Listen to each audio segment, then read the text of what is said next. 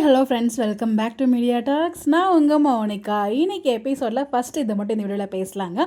So full episode அடுத்த வீடியோவில் discuss பண்ணுறேன். என்ன அப்படின்னு பார்த்தீங்கன்னா, நம்ம நேத்திக்கு எபிசோட் போச்சு இல்லையா, அதோட கண்டினியூவேஷனாக தான் இன்றைக்கி வந்து ஸ்டார்ட்டே ஆச்சு.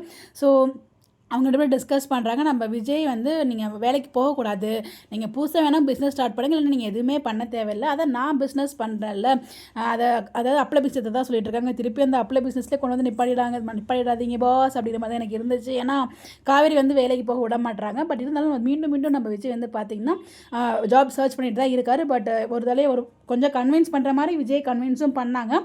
திருப்பி வந்து அவருக்கு அந்த இதெல்லாம் வந்துச்சு இல்லையா, நோட்டிஃபிகேஷன், அதை பார்த்து அவர் திருப்பி அகைன் ஜாப் வந்து கடைசியாக வந்து பார்க்குற மாதிரி தான் காமிக்கவும் செஞ்சுருக்காங்க. பட் எனக்கு தெரிஞ்சு இது எங்கே போய் முடியும்னு நமக்கு தெரியல. ஆனால் அப்போல்லாம் பிஸ்னஸில் மட்டும் உள்ளே கோத்தி விடுற மாதிரி. ஸோ விஜய்க்குன்னு ஒரு தனியாக ஒரு பிஸ்னஸ் இல்லைனா ஒரு ஜாப் ஏதோ ஒன்று வந்து பண்ணணும். ஆனால் வந்து இப்போதைக்கு ஜாப் போகலாம், அதுக்கப்புறம் ஃபியூச்சர்லேயுமே பிஸ்னஸ் பண்ணுறதுக்கான ஐடியாலாம் இருக்குது அப்படிங்கிற மாதிரி தான் சொல்லியிருந்தாரு.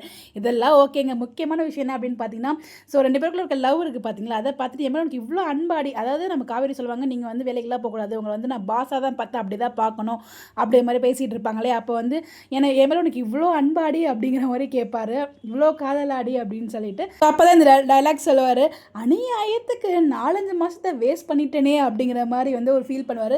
நானும் தான் அப்படின்னு சொல்லி காவேரியுமே ஃபீல் பண்ணுவாங்க. இதை தானேங்க வீக்கா ஃபேன்ஸ் இத்தனை நாளாக ஃபீல் பண்ணியிருந்தோம். இந்த ஃபீலிங் உங்களுக்கு இன்றைக்கி தான் புரிஞ்சிச்சா, டேரக்டர் சார் எங்களை வச்சு செய்கிறீங்களே அப்படிங்கிற மாதிரி தான் இருந்துச்சு. பட் எனிவேஸ் அந்த ஒரு டைலாக் ரொம்பவே நல்லா இருந்துச்சு, அதை மென்ஷன் பண்ணோம் அப்படின்னு நினச்சேன். ரொம்ப தையல் அப்படி இடிச்சுப்பா இல்லையா, அது லவ் அப்படி மாதிரி நல்லா இடிச்சுங்க அப்படி ரத்தம் வர வரைக்கும் இடிச்சுங்க அப்படிங்கிற மாதிரி சொல்லுவாங்க. அது கொஞ்சம் ஃபன்னாக போச்சு. ஸோ ஓவரால் இன்றைக்கி எபிசோடில் வீக்காவோட இந்த சீன் எனக்கு ரொம்ப பிடிச்சிருந்துச்சு. அதுவும் எஸ்பெஷலாக 4 to 5 months வேஸ்ட் பண்ணிட்டேனே அப்படிங்கிற மாதிரி.